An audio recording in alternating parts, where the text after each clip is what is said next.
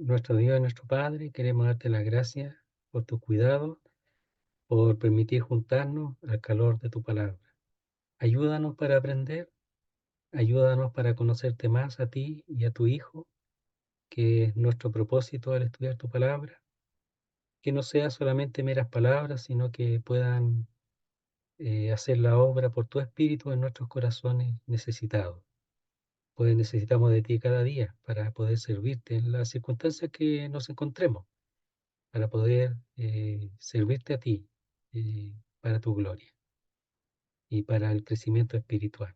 Rogamos por los hermanos, por las personas que oirán en algún momento estos estudios, para que pueda hacerle bien, ayudarle en sus vidas, siendo creyentes o no, para que conozcan al Señor más y más.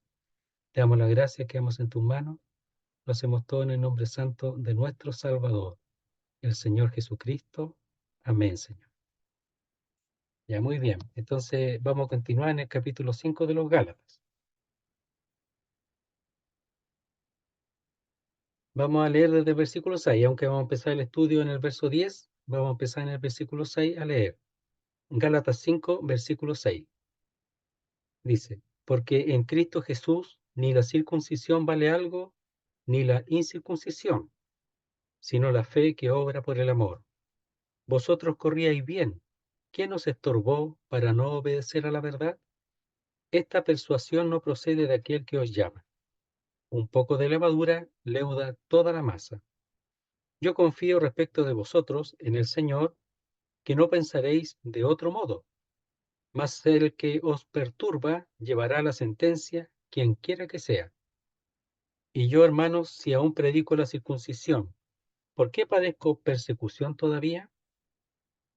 En tal caso se ha quitado el tropiezo de la cruz. Ojalá se mutilasen los que os perturban.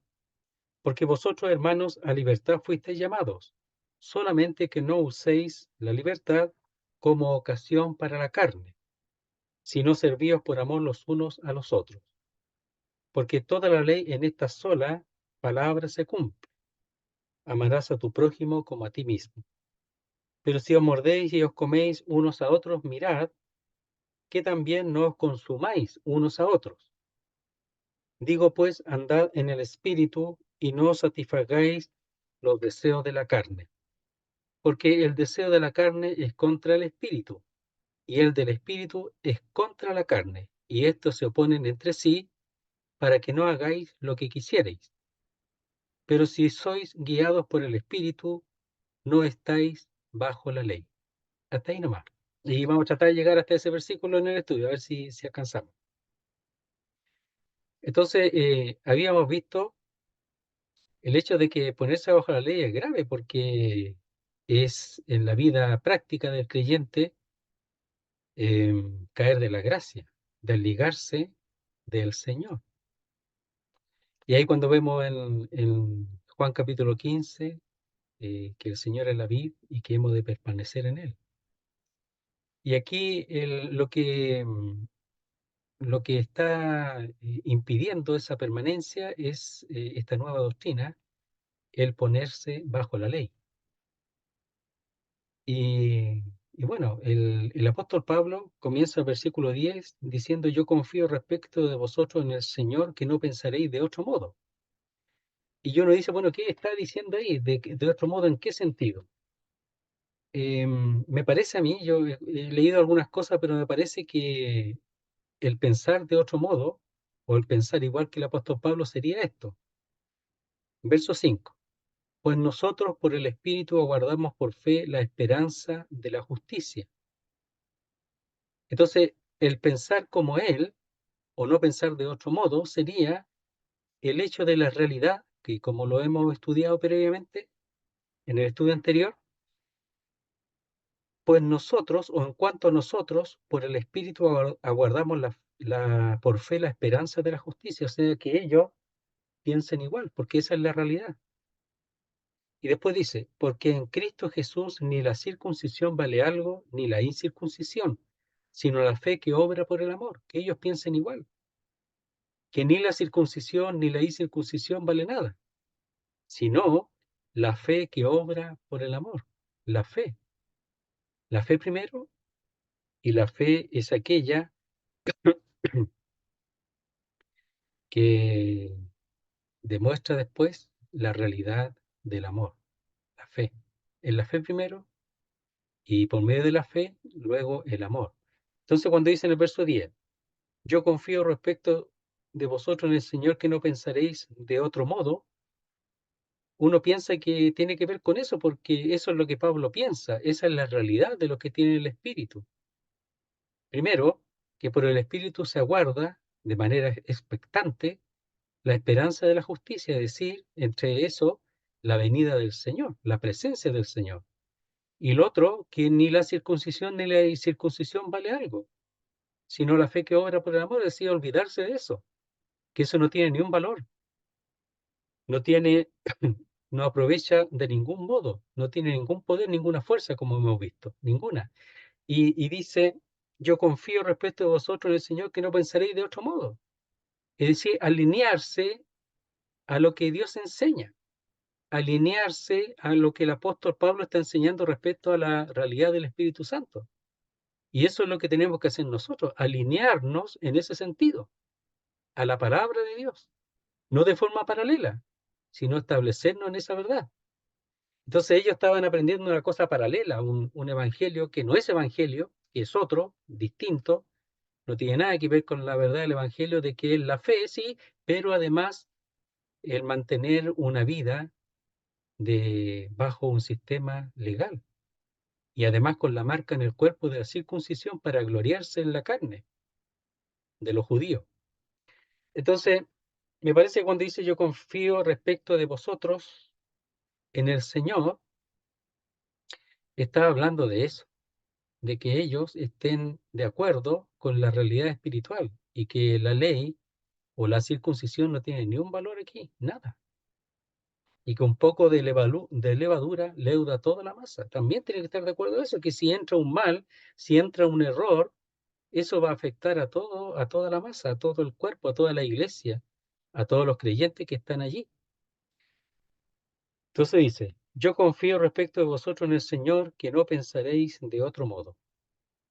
Y ahora se va hacia el lado de aquel que está afectando y que está procurando penetrar estos errores o este error fundamental dentro de la iglesia. Hay cosas que son, por así decirlo, aunque en la Biblia todo debía ser esencial, pero algunos que le llaman doctrinas secundarias, que son de cosas que podría uno estar de acuerdo o no. Y está bien, hay que ser un poco respetuoso en cuanto a eso, no todos entienden igual, pero aquí es fundamental la doctrina. Por eso que la forma de la defensa en cuanto a la verdad del Evangelio del apóstol Pablo es bastante fuerte y sólida. Es decir, y una carta de 6 capítulos, que parece corta, pero su sustancia es bastante fuerte, y porque es sumamente importante, porque es fundamental esta enseñanza. Entonces dice, más el que os perturba llevará la sentencia quien quiera que sea. Cuando está hablando del que os perturba es de alguno, de alguien. Ahora, no necesariamente está identificando a la persona, porque seguramente él ni siquiera sabe quién es, porque él está afuera, él está recibiendo la información, pero no sabemos si está recibiendo la información de una persona en particular, pero la forma en que la expresa es de alguno, cualquiera, el que sea. Y el que sea, afectando de esa manera a la iglesia que es de Dios, que pertenece al Señor, dice, más el que os perturba. Aquí la palabra es inquietar, agitar e incluso alarmar. Es decir, ellos están siendo inquietados, conmovidos con esta nueva doctrina y en el fondo se están dejando inquietar. Pero hay uno que es culpable, ¿verdad? Pero ellos también lo son. Y en toda la carta prácticamente el apóstol Pablo eh, está dirigiéndose a ellos como responsables de aceptar este error. Pero aquí, aún así, hay un castigo, un juicio para aquel que está provocando esta inquietud e incluso esta duda. Dice, más el que os perturba llevará sobre sí, cargará, llevar sobre sí la sentencia, el juicio. Ahora, ¿será el anatema relacionado con el capítulo 1 que dice el que enseña, dice, lo expresa ahí? Si alguno os predica diferente el evangelio del que habéis recibido, sea anatema, sea maldito. Entonces está tomando las cosas de Dios y las está usando de manera inadecuada. Y ese dice sea maldito, que la maldición, esa maldición caiga sobre él e incluso ser destruido. Mire, veamos en 1 Corintios capítulo 3, porque la iglesia de Dios es importante. A veces nosotros fácilmente decimos cosas, hablamos cosas y podemos dañar, pero la iglesia de Dios es importante. Dice, verso 17 del capítulo 3 de 1 Corintios, dice así: si alguno destruyere, en el sentido de depravar, ¿verdad? Afectar, corromper el templo de Dios, Dios le destruirá, lo corromperá a él, porque el templo de Dios, el cual sois vosotros, santo es. Entonces aquí está hablando que es santo, no está hablando necesariamente de la propiedad, pero sí dice el templo de Dios. Entonces le pertenece a Dios. Entonces dice, si alguno destruyera el templo de Dios, que es la iglesia, aquí en Corintios la iglesia local, Dios le destruirá a él, porque el templo de Dios, el cual sois vosotros, santo es. Entonces cualquiera aquí que provocara y destruyere aquello que están provocando divisiones, etcétera, esos van a ser corrompidos por el Señor, van a ser afectados por el Señor. Y aquí la palabra seguramente el juicio, la sentencia, dice, más el que os perturba, verso 10, llevará, cargará la sentencia. Entonces el juicio, ¿cuándo será este juicio? No sabemos. ¿De qué se trata? El juicio, pero sí va a llevar la sentencia, el juicio, va a llevar castigo. Y probablemente tenga que ver con el tema del capítulo 1. Quien quiera que sea, cualquiera. Puede ser un creyente también. Y los creyentes no están autorizados a afectar, a inquietar a la iglesia. Si es inconverso, bueno, también será castigado. Quien quiera que sea, seguramente está hablando de eso, sea creyente o no, sea quien sea. Ninguno tiene derecho a afectar, a inquietar, a agitar a la iglesia de Dios con doctrinas erróneas, además. Y no hay ningún tema, ningún motivo por el cual debiera provocar, como en 1 Corintios, las divisiones, los cismas, tampoco, no tiene derecho. Entonces, verso 10, yo confío respecto de vosotros en el Señor que no pensaréis de otro modo. Es decir, que los que tienen el Espíritu aguardan, dice, la esperanza de la justicia. Porque la circuncisión no tiene ningún valor, ningún poder, ninguna importancia, no aprovecha. Y además, el cuidado de que un poco de error, un poco de falsedad, un poco de corrupción, como en la doctrina corrupta, de levadura, en este caso, corrompe y afecta a toda la masa, toda la masa. Entonces, toda la iglesia es afectada. Entonces, el apóstol Pablo está ocupado y preocupado por eso, por lo que puede provocar y lo que, según el proverbio, eh, provoca por naturaleza un poco de error, un poco de corrupción en la doctrina. Hermano, hay que tener cuidado porque si entra un error, después entra todo y afecta a toda la iglesia. Y eso va avanzando en el tiempo. El cristianismo o las doctrinas, muchas doctrinas que se han apartado de la verdad, comenzaron bien, porque todo comienza del cristianismo en general. Aunque igual estaban en paralelo los fariseos, los legalistas, etcétera, pero el cristianismo se ha ido corrompiendo en el tiempo, se ha ido afectando en el tiempo y de ahí han salido doctrinas conocidas, populares. Entonces, guardar la verdad es importante, tiene un precio, pero es importante guardar la verdad, que no sea corrompida. Verso 11, dice, y yo, hermanos, aquí iba a hablar de alguna acusación que seguramente le están haciendo a él. Y yo, hermanos, si aún predico la circuncisión, ¿por qué padezco persecución todavía? en tal caso se ha quitado el tropiezo de la cruz. Entonces, a él le estaban acusando, al apóstol Pablo, de cambiar de color, de adecuarse, de acomodarse a las distintas personas. Y una de las cosas que seguramente lo acusan es el hecho de que él sí enseña la circuncisión en algunos casos y en otros casos no, y se acomoda a las personas y a las circunstancias. Y entonces eso lo hacen para ellos ganar alguna nota a favor con respecto a la circuncisión. No es solamente que quieren ellos juzgar al apóstol Pablo, los que lo acusan aquí, sino para ellos también quedar bien. Porque sabemos que si una persona quiere quedar bien o alguien quiere echar de algún lugar a otro, la mejor forma es hacer que esa persona sea, su honor sea afectado. Y una persona falsa, acerruchar el piso, como se llama, ¿no es cierto? Dejarlo mal, para él quedar bien, aunque el otro tenga la verdad. Entonces, aquí están usando algo para dejar mal al apóstol Pablo, pero en el fondo la doctrina y ellos penetrar la suya y dar lugar a su doctrina. Entonces, ve que él hace eso, se dan cuenta que lo hace también, ¿eh? Y si lo hace encubierto, pero también hace lo mismo que nosotros. Entonces, ¿por qué dice que nosotros estamos mal si está haciendo lo mismo? Eso lo están acusando. Ahora, uno de los temas es que él predica la circuncisión o enseña la circuncisión. Y probablemente el tema tenga que ver, uno de los temas, con Timoteo y con Tito. Mire, veamos en Hechos capítulo 16, y ahí vamos a explicarlo. Hechos capítulo 16, con respecto a Timoteo. Dice así, Hechos 16, 1. Dice, después llegó a Derbe, el apóstol Pablo, y a Listra. Todo esto es en la zona de Galacia, del sur.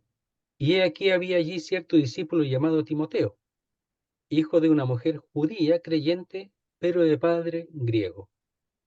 Y daban buen testimonio de él los hermanos que estaban en Listra y en Iconio. Este en el segundo viaje, entonces la iglesia ya estaba formada ya. Quiso Pablo que éste fuese con él, que Timoteo fuese con él. Y tomándole, le circuncidó por causa de los judíos que había en aquellos lugares, porque todos sabían que su padre era griego. Entonces, a veces la lectura confunde, porque bueno, si el papá es griego, ¿para qué lo circuncidó? Ya si todos sabían que el papá era griego. Ya, el punto es que eh, algunos enseñan, se enseña que cuando la madre es judía, el hijo debiera ser circuncidado. Pero aquí el papá era griego. Y probablemente hubo alguna, no sabemos, alguna influencia del papá para no circuncidarlo, no sabemos, pero no había habido ningún problema porque el papá era griego, para que lo dejaran entrar. Sí, por supuesto. Claro, para que tuviera libertad y para que pudiera entrar en su servicio en la distinta iglesia y también con los judíos. Me parece que eso, y por eso dice por causa de los judíos. Entonces, el punto es que Pablo circuncidó o hizo circuncidar a Timoteo. Entonces, les dicen los judíos allá en la carta de Gálatas, lo que dicen los judíos es que, bueno, y entonces está a favor de la circuncisión, entonces, ¿cómo predica la circuncisión allí? Ya, el punto es que la mamá era judía y el papá era griego, pero para no tener problemas, por esa causa de que la mamá era judía y se enseñaba que si la madre era judía debía ser circuncidado, lo circuncidó y no tuvo ningún problema. Pero Timoteo era creyente y Timoteo tampoco se iba a establecer bajo la ley, para nada. El caso de Tito es que la mamá y el papá eran griegos, por tanto, por ningún motivo dejó o permitió que fuera circuncidado por motivación de los falsos hermanos que entraron allí en Jerusalén, cuando estaba en Jerusalén. Seguramente en el concilio, en el capítulo 2 de Gálatas, que lo hemos visto, estaba en el concilio. Entonces, son cosas distintas. Ahora, el apóstol Pablo dice que él se hace de todo a todos, a los judíos como judíos, a los que están sin ley como si estuviera sin ley, no estando él sin ley, sino estando bajo la ley de Cristo, etcétera. Pero cuando circuncida a Timoteo, no es que está predicando la circuncisión, sino es para que Timoteo no tuviese dificultad para con los judíos al él expresar, y algunos sabían ya que su madre era judía, pero era por eso, no había ningún problema que él circuncidara, porque tenía la mamá judía. Pero que un gentil se circuncide por ningún motivo, nunca estuvo de acuerdo con eso. Y el ejemplo era Tito, del que habló en el capítulo 2 al principio, aquí en Gálatas. Entonces dice, y yo, hermanos, si aún predico la circuncisión, dice, ¿por qué padezco persecución todavía? Si eso fuera cierto, en tal caso se ha quitado el tropiezo de la cruz. Si él realmente predicase la circuncisión, el tropiezo de la cruz se habría quitado, porque estaba predicando la circuncisión, entonces no lo seguirían por predicar la cruz, sino la circuncisión. Entonces, ¿por qué padece persecución todavía?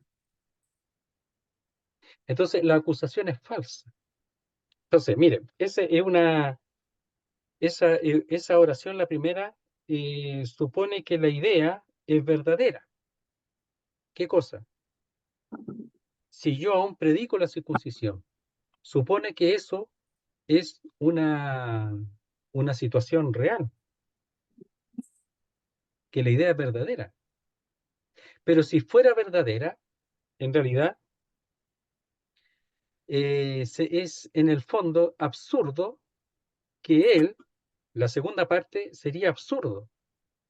Dice, ¿por qué padezco persecución todavía? Es absurdo. Que si fuera real la primera parte, la segunda no debería existir. Dice, en tal caso se ha quitado el tropiezo de la cruz. Entonces, si fuera real la acusación que él enseña y predica la circuncisión para quedar bien con todos y que está engañando a los Gálatas, entonces, ¿por qué dice, padece persecución todavía? Entonces, esa es una forma en que la primera parte asevera algo como verdadero, pero la segunda parte, que es la que él expresa como ¿por qué padezco persecución todavía? Expresa que la primera es algo que no corresponde, es absurdo. Miren, la misma idea está ahí en Mateo. El Señor lo usa en Mateo 12, capítulo 12, versículo 27. Es algo similar. Es algo que están aseverando del Señor, pero que es absurdo, que no es posible. Mateo 12, 27 dice, y si yo echo fuera los demonios por Beelzebú, ¿por qué los echan vuestros hijos? Es absurdo que el Señor eche a los demonios por Beelzebú, porque los hijos de ellos harían lo mismo, pero ellos saben que no es así. Entonces la acusación es absurda. La primera parte, que se toma como algo positivo, real, como algo verdadero, sería fuera de lugar por causa de la segunda parte, que dice, y si yo echo fuera los demonios por Beelzebú, como lo están confirmando ellos, como lo dicen, ¿por qué los echan vuestros hijos? Por tanto, ellos serán vuestros jueces por la acusación. No pueden acusarlo así, porque los hijos estarían haciendo lo mismo. Entonces aquí está diciendo, verso 11, y yo, hermanos, si aún predico la circuncisión, como están afirmándolo, ¿por qué padezco persecución todavía? Respóndanme. Es que si padezco persecución es que la primera afirmación es falsa, no es verdadera. Aunque pareciera, no es verdadera, no puede ser. En tal caso se ha quitado el tropiezo de la cruz. No puede convivir una cosa con la otra. El predicar la circuncisión y la persecución por causa de la cruz. Entonces dice, y yo, hermanos, si aún predico la circuncisión. Aquí está la cruz como lugar de tropiezo. ¿Por qué padezco persecución todavía o aún? En tal caso se ha quitado, es decir, la palabra quitado ha sido abolido, anulado. Le ha sido quitado poder al tropiezo de la cruz. Pero él sigue, el tropiezo de la cruz sigue porque la cruz para los judíos es tropiezo. Y eso ha provocado la persecución. Ellos no pueden concebir la cruz de Cristo. Es locura para ellos. Es locura. Entonces, como es locura para ellos, la persecución persiste. Y esa es la razón de la persecución. Y no el hecho de que él se esté haciendo a uno, o sea, se esté vendiendo a uno y engañando a otros con respecto a la circuncisión. Otra vez lo leemos, dice, y yo, hermanos, si aún predico o todavía predico la circuncisión, ¿por qué padezco persecución todavía? No tiene, no da lugar para eso. Dice, en tal caso, ¿qué cosa? En tal caso, si predica la circuncisión, se ha quitado el tropiezo de la cruz. Pero el tropiezo sigue. Si la cruz es tropiezo para los judíos hasta el día de hoy. Y lo está confirmando el hecho de que ellos allí no conciben que la cruz de Cristo es suficiente para la salvación y para la paz del pecador. No lo conciben eso, en absoluto. Entonces dice, en tal caso, es decir, por consiguiente, ha sido abolido, anulado el tropiezo de la cruz. Mire, 1 Corintios 1:23. Vamos a leerlo, ¿ya? Dice así. 1 Corintios 1:23 dice, pero nosotros predicamos a Cristo crucificado. Para los judíos ciertamente tropezadero y para los gentiles locura. Es un tropezadero para los judíos y para los gentiles una locura, porque ellos buscan sabiduría y los otros buscan señales. Entonces, el, el tropiezo, el tropezadero ese sigue vigente. Y es por eso que hay persecución, porque tienen poder, porque ellos son una religión lícita y en el Imperio Romano ellos tenían poder. Y el apóstol Pablo antes de eso podía perseguir a los cristianos y meterlos presos e incluso entregarlos a la muerte. Y esa persecución continúa porque es un tropiezo para ellos, para lo que ellos quieran. Ellos borrarían la cruz para poder seguir con su idea. Entonces dice, verso 12, ojalá se mutilasen los que os perturban. Y esta es una expresión bastante fuerte. Y el apóstol Pablo aquí está hablando ya más o menos enojado ya. ¿Por qué? Porque en el fondo es grave lo que están haciendo. Primero, están afectando a los creyentes en Galacia y además son mentirosos, porque ellos con mentiras quieren meter su doctrina diciendo que el apóstol Pablo prácticamente hace lo mismo que ellos hacen, lo mismo que están haciendo, están eh, eh, promoviendo la circuncisión de manera, claro, Pablo lo está haciendo de manera ahí escondida, pero en realidad nunca es así, nunca fue de esa manera. Entonces dice, ojalá se mutilasen los que os perturban. Y esa palabra, ojalá, es una palabra que es un deseo irrealizable.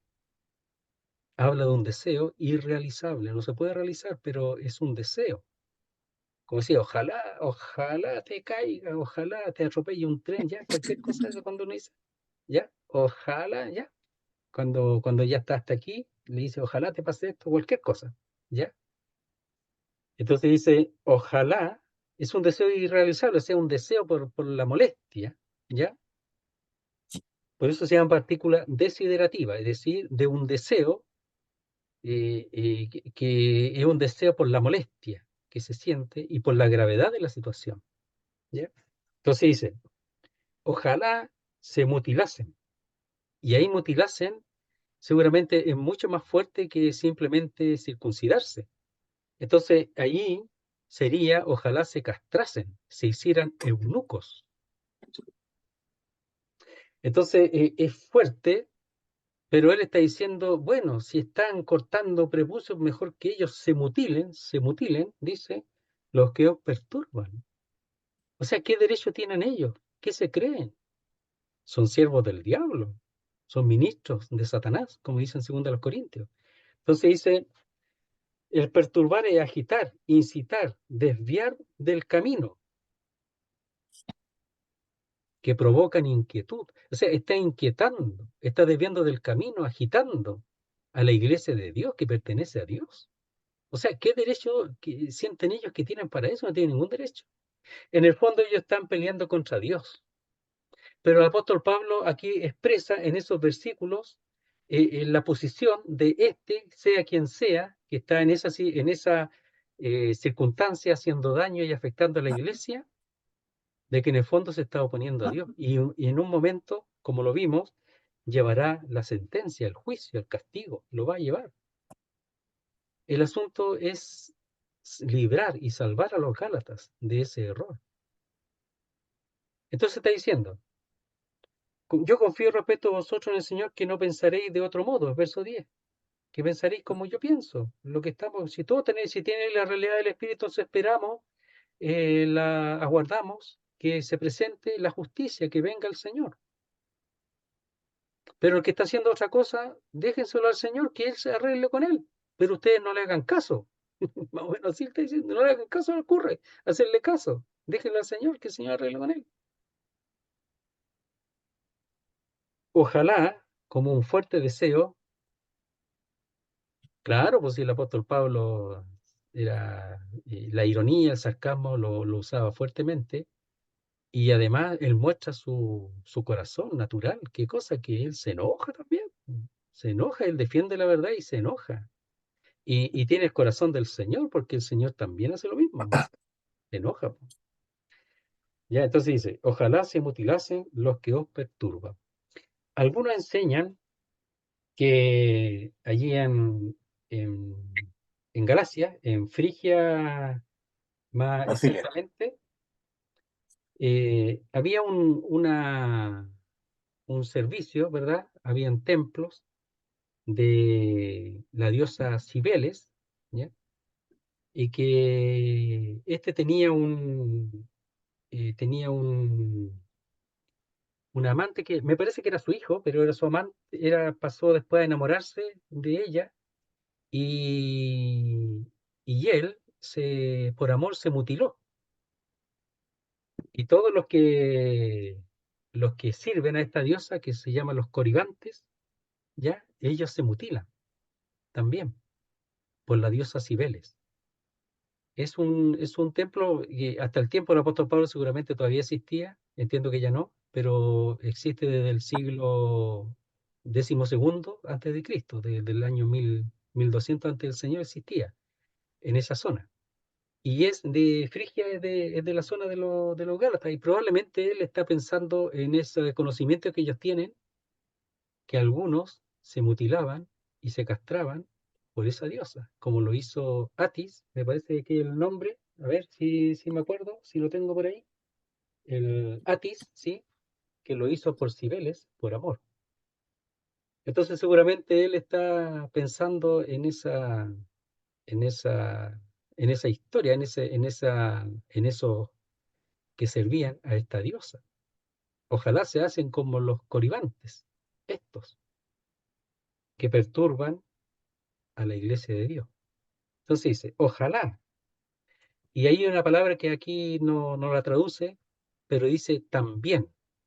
Porque cuando dice también, ya, se mutilasen los que os perturban, es que de alguna manera él está diciendo que a los corintios quieren mutilarlos, sin castrarlos, pero quieren solamente mutilarlos sin ningún poder, nada, sin ninguna razón bíblica, todo lo contrario. Entonces dice, ojalá también se mutilasen, pero ahí ya como decía Mauricio, con sarcasmo, una ironía, pero que ellos se castren los que os perturban.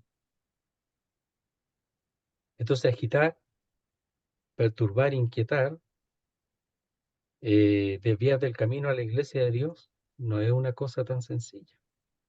Como vimos ya en 1 Corintios, que el que corrompe a la iglesia de Dios será corrompido.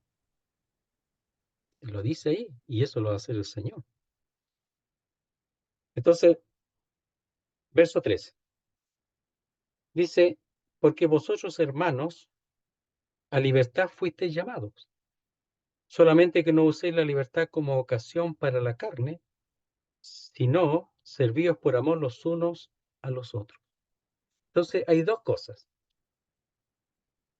La primera es la libertad como ocasión para la carne, que impide el servirse por amor los unos a los otros.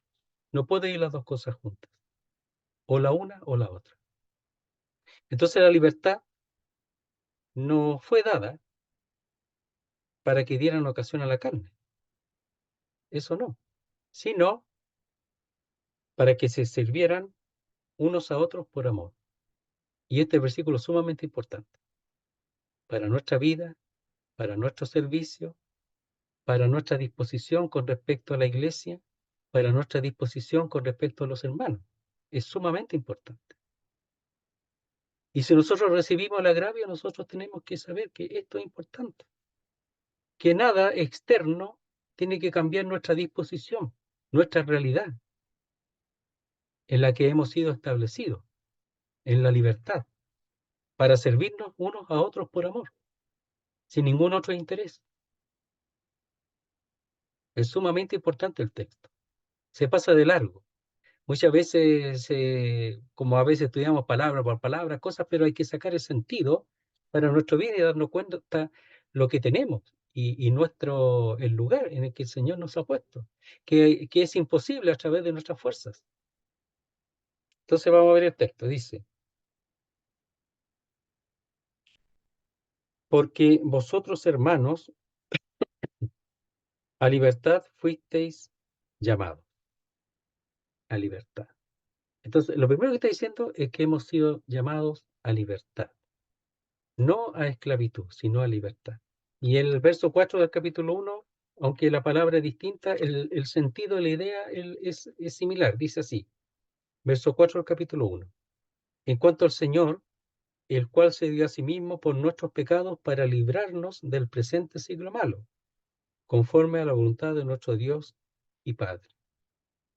Y en el siglo malo se puede hablar también, porque habla ese de un, de un sistema continuo. No es como el mundo que es algo que está establecido, sino continuo, y seguramente está hablando de la operación del maligno en este mundo, en este tiempo.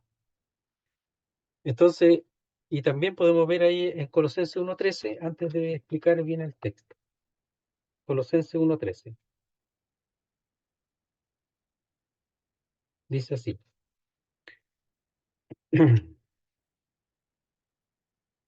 El cual, es decir, el Señor, nos ha librado de la potestad de las tinieblas y trasladado al reino de su amado Hijo. La palabra libertad aquí también es un poco distinta, tiene otro sentido, es otra palabra, pero la idea es la misma. El cual nos ha librado de la potestad de las tinieblas y trasladado al reino de su amado Hijo. Entonces, nos ha libertado para trasladarnos al reino de su amado Hijo ahora. Lo va a disfrutar después plenamente, pero ahora. Entonces nosotros estamos establecidos en su Hijo y en el reino de su amado Hijo, según Colosenses. Y aquí dice, porque vosotros, hermanos, a libertad fuisteis llamados. Es decir, los creyentes han recibido un llamado a libertad. Y esa libertad es una libertad que es controlada por la realidad espiritual que Él ha establecido en nosotros. No es una libertad para hacer lo que nosotros deseemos. Dice así, solamente que no uséis la libertad como ocasión para la carne. Lo primero que quiero ver es que no es libertinaje. Veamos el Judas capítulo, versículo 4, que es un capítulo solamente, Judas 4. Dice, porque algunos hombres han entrado encubiertamente, los que desde antes habían sido destinados para esta condenación, hombres impíos que convierten en libertinaje la gracia de nuestro Dios y niegan al Dios único, soberano y a nuestro Señor Jesucristo. Entonces hay algunos que entran, que no son de Dios, pero dice hombre impío que convierten en libertinaje la gracia de nuestro Dios. Entonces entran en la iglesia, hombres así. Ahora, los creyentes no son llamados a eso, a ese libertinaje, no así. Entonces, ese es el carácter, lo vimos ese texto porque muestra el carácter al cual nosotros no hemos sido llamados. ¿Ya? Romanos 6:18 dice así.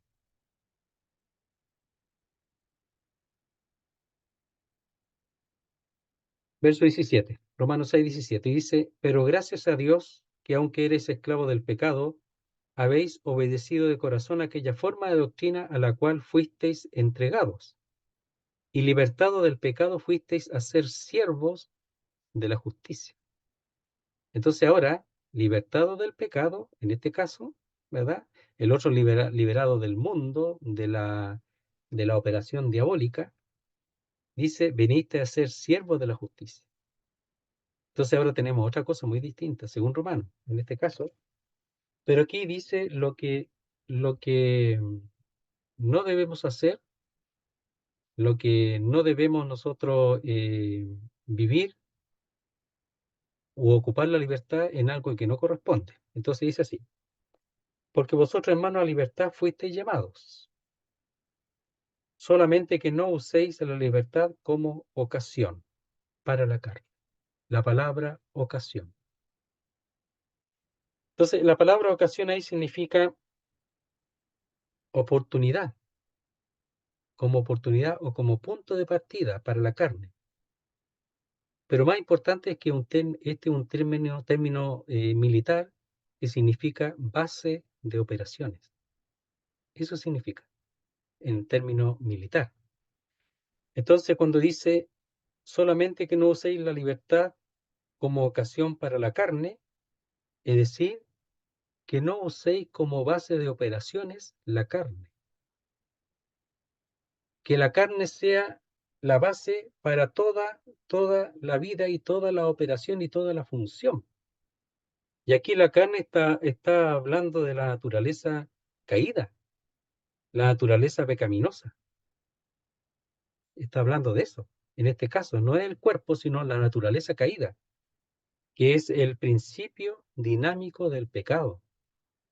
Es decir, la naturaleza pecaminosa es como una fuente de poder para producir pecado. Por eso es dinámico. Dínamo, de donde viene dínamo, que es una máquina que produce poder, más poder. Eso. Entonces es dinámico, produce poder. Entonces dice que no usemos esta libertad como base de operaciones para que la naturaleza caída se manifieste como un productor y productor de pecado, que lo es, y no darle lugar a eso. Y esto está hablando en el sentido de que si es así, va a llegar a dañarnos unos a otros. Entonces dice, solamente que no uséis la libertad como ocasión para la carne, como base, ¿verdad? Como punto de partida o base de operaciones para la naturaleza caída, como instrumento del pecado, como ese principio dinámico, ¿ya? Del pecado, un poder dinámico, constante, que produce y produce pecado.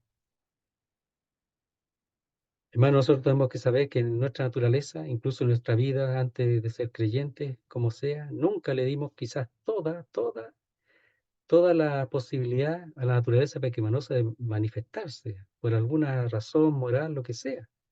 Pero el pecado, la naturaleza del pecado puede llegar a límites impensados en nuestra vida.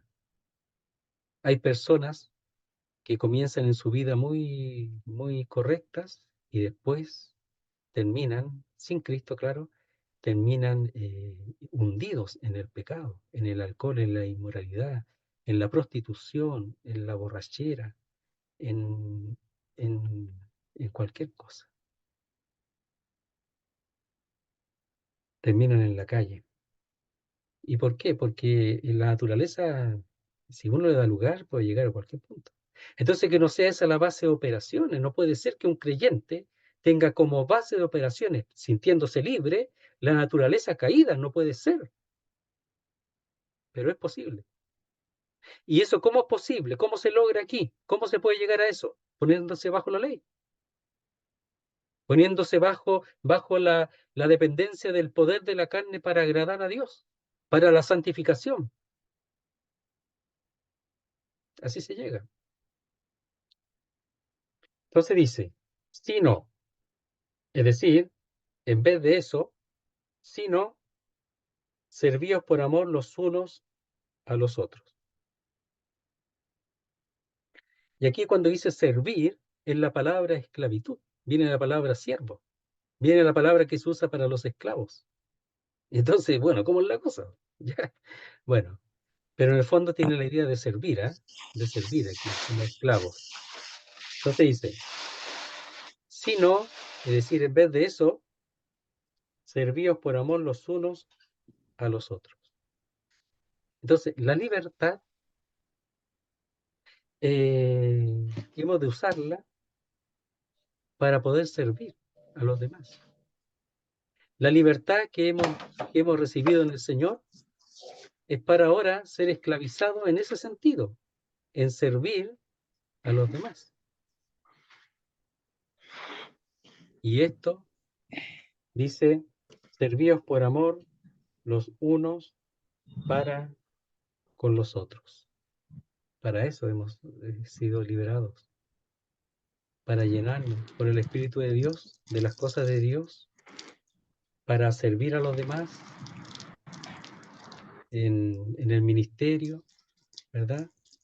Para servir a los demás en el crecimiento espiritual de los demás. Si nosotros recibimos por aquellos que no están en esta posición de servir por amor, nosotros no tenemos que, por esa causa, cambiar el asunto y poner como base de operaciones la carne. No, no somos llamados a eso.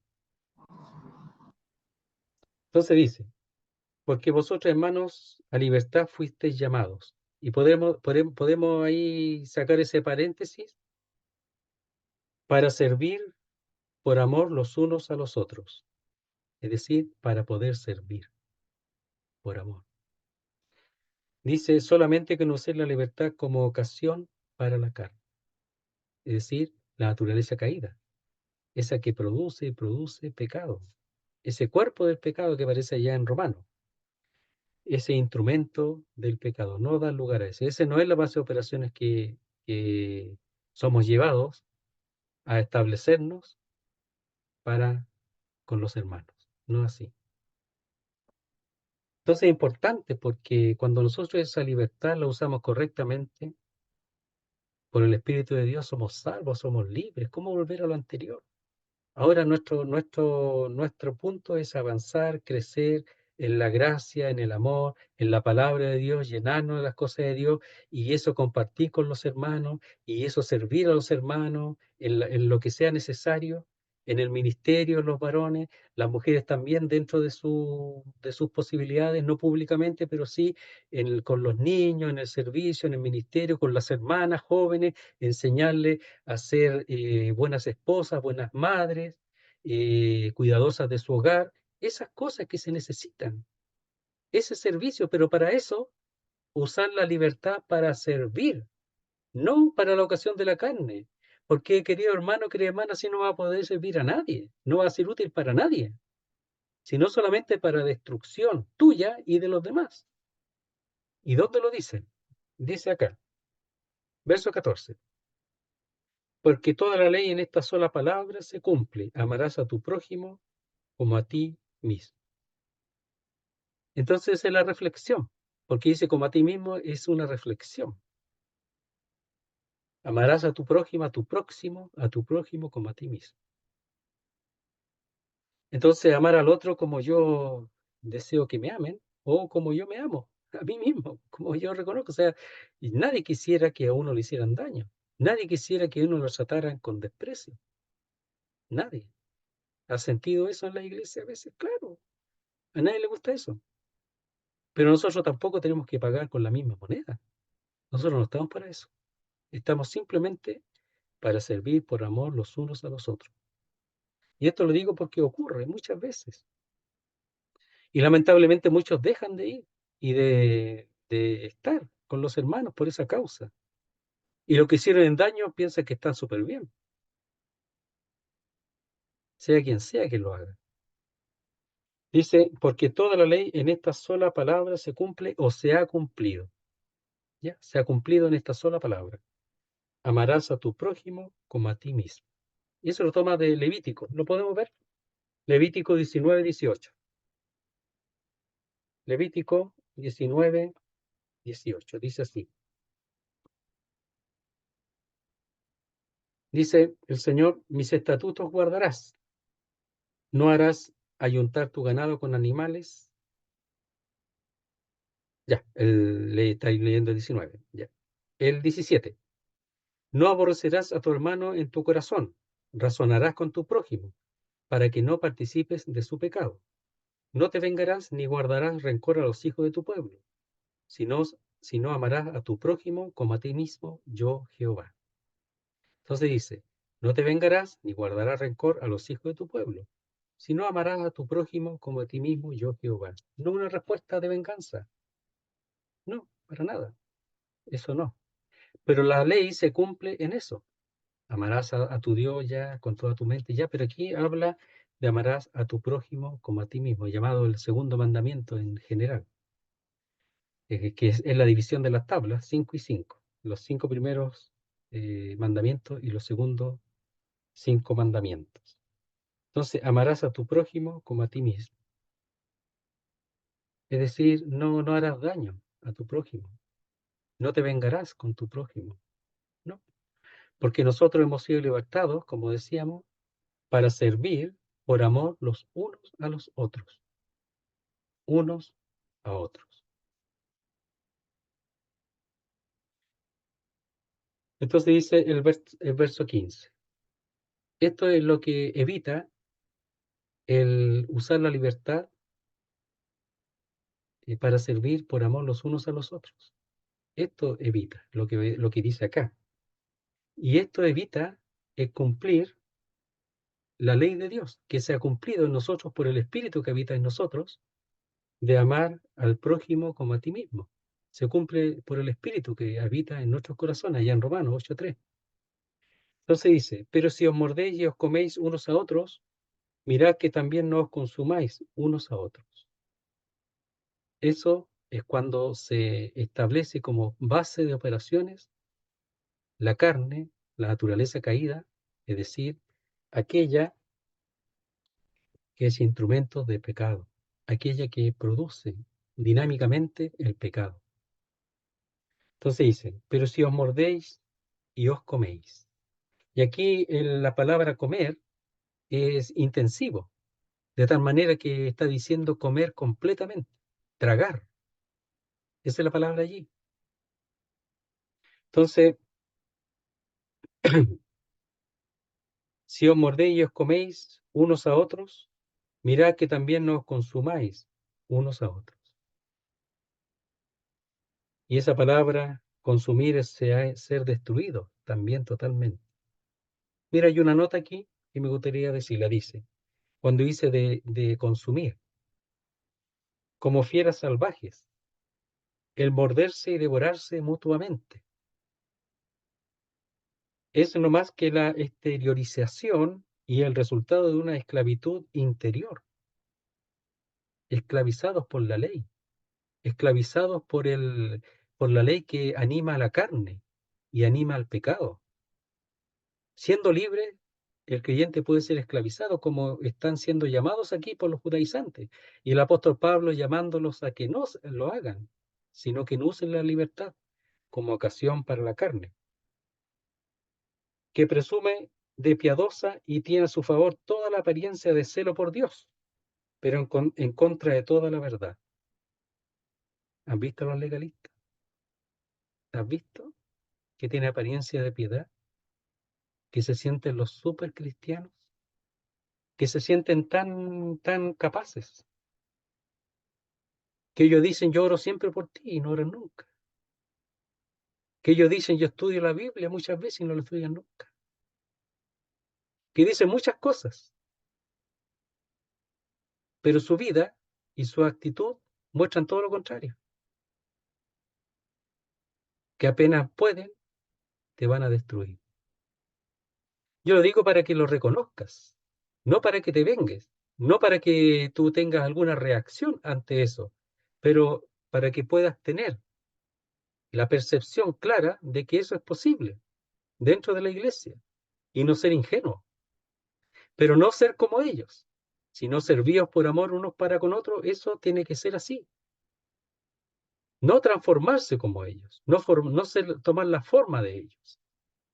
Entonces hay una actitud aparente de celo por Dios, pero en realidad si pueden, te van a tragar y te van a comer completamente. Entonces dice, pero si os mordéis y os coméis completamente, estando bajo la ley.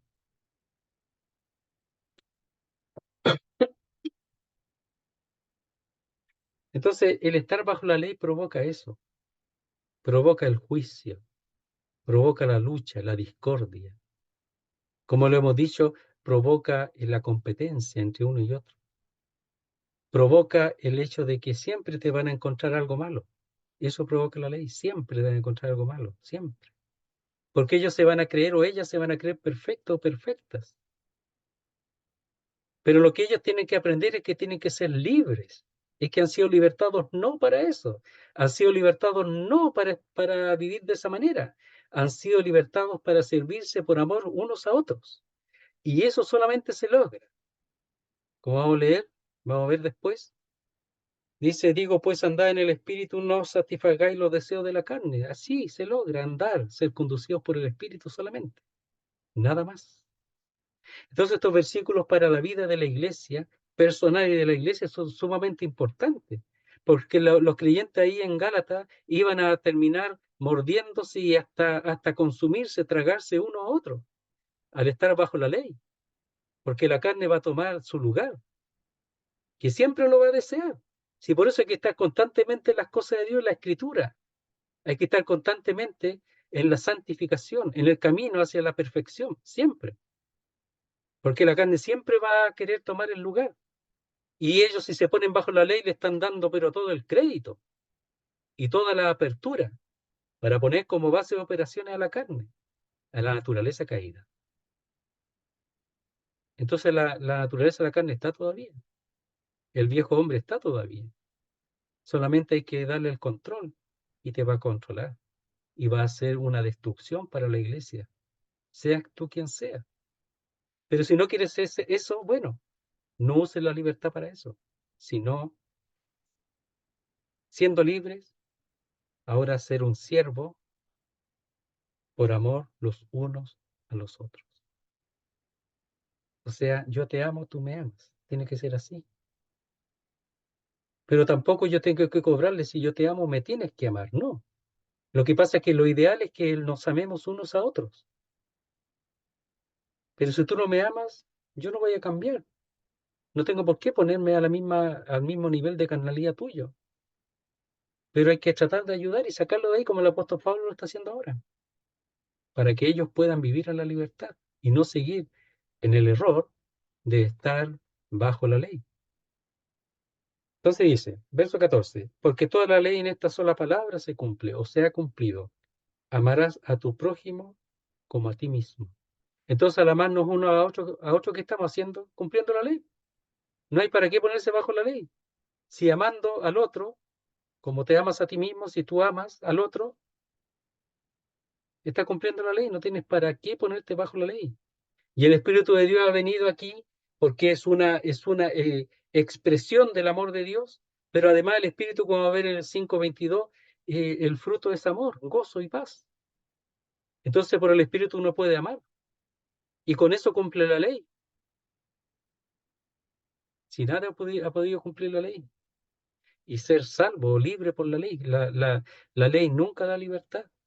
Pero ahora siendo libres quieren ponerse bajo un sistema que lo único que va a hacer es esclavizarlos y destruirlos. Pero aquel que provocó esa situación va a ser enjuiciado, como hemos visto, dice que llevará la sentencia, sea quien sea. Porque toda la ley en esta sola palabra se cumple. Amarás a tu prójimo como a ti mismo.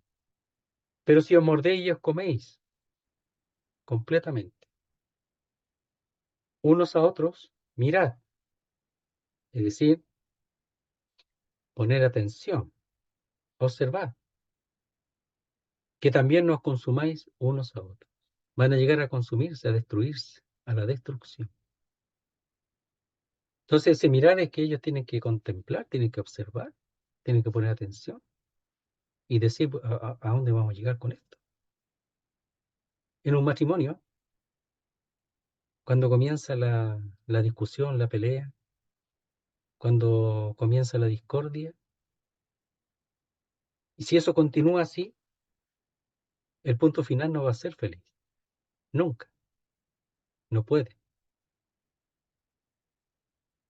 Pero si uno de los dos reacciona y dice, pero ¿a dónde vamos a llegar con esto? No puede ser. No puede ser que yo continúe con esto o que yo siga en este error. ¿Cómo puede ser que siga ese ritmo? Nos vamos a comer, a tragar uno a otro. Se va a destruir este matrimonio. Hay que reaccionar. Si no reacciona uno, reacciona el otro para sostener el asunto y guardar silencio. Entonces dice, pero si os mordéis y os coméis unos a otros, mirad que también nos consumáis unos a otros. Es decir, si toda la iglesia está activa en la carne, en la naturaleza carnal, querido hermano, destrucción total. Es el resultado. Por eso mirad, observad. Entonces, tenemos una realidad maravillosa que es la libertad de la ley. Gracias al Señor que hemos sido liberados de esa ley. Y gracias al Señor que por el Espíritu, si nos conectamos con las cosas de Dios, con el Espíritu de Dios, la naturaleza carnal no tiene nada que hacer aquí. Está inválida, anulada. No tiene poder para hacer lo que quiera, a menos que yo lo permita. Pero si yo estoy en las cosas de Dios y yo no en las cosas de Dios, la naturaleza carnal no se va a manifestar. No va a tomar el lugar que desea, que es el control. Y aquí los Gálatas le estaban abriendo el camino. Y ellos ahora tienen que reaccionar en este punto, dice. Verso 10. Yo confío respecto de vosotros en el Señor que no pensaréis de otro modo. Que han de considerar la realidad del Espíritu de Dios, que esperan al Señor, que la circuncisión nada vale, ni la incircuncisión, sino la fe que obra por el amor. Entonces, este texto nos sirve mucho para nuestra vida espiritual y eclesial. Nos sirve mucho para establecernos en esta verdad, en esta libertad, para observar y contemplar, y para no ser nosotros entes de la destrucción de la iglesia,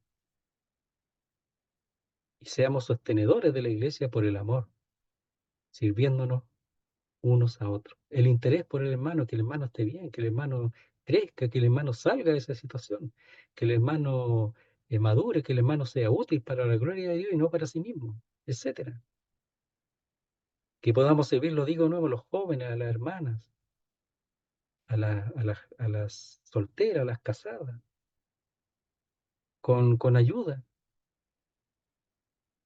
con exhortación, con consuelo a los que necesitan, etcétera. Y que cada uno pueda establecerse en la libertad a la que hemos sido llamados. Muy bien, querido hermano. Hasta aquí vamos a dejar el estudio. Vamos a pedirle a Mauricio, que está aquí, a ver si nos puede ayudar con la oración. Bueno, por supuesto. Gracias, Mauricio. Ok. Gracias, Señor, te damos por la oportunidad que tenemos, por el escape que nos da en tu palabra. Te pedimos que por favor esta palabra eche raíces en nosotros. Te pedimos que nos sostenga, te pedimos que en este camino que estamos en la tierra nos permita saber que estás con nosotros. Te pedimos, Señor, que vuelvas, te pedimos, Señor, que estamos esperando y te damos las gracias nuevamente. En el nombre del Señor Jesús. Amén. Amén, Señor. Muy bien, querido hermano, muchas gracias.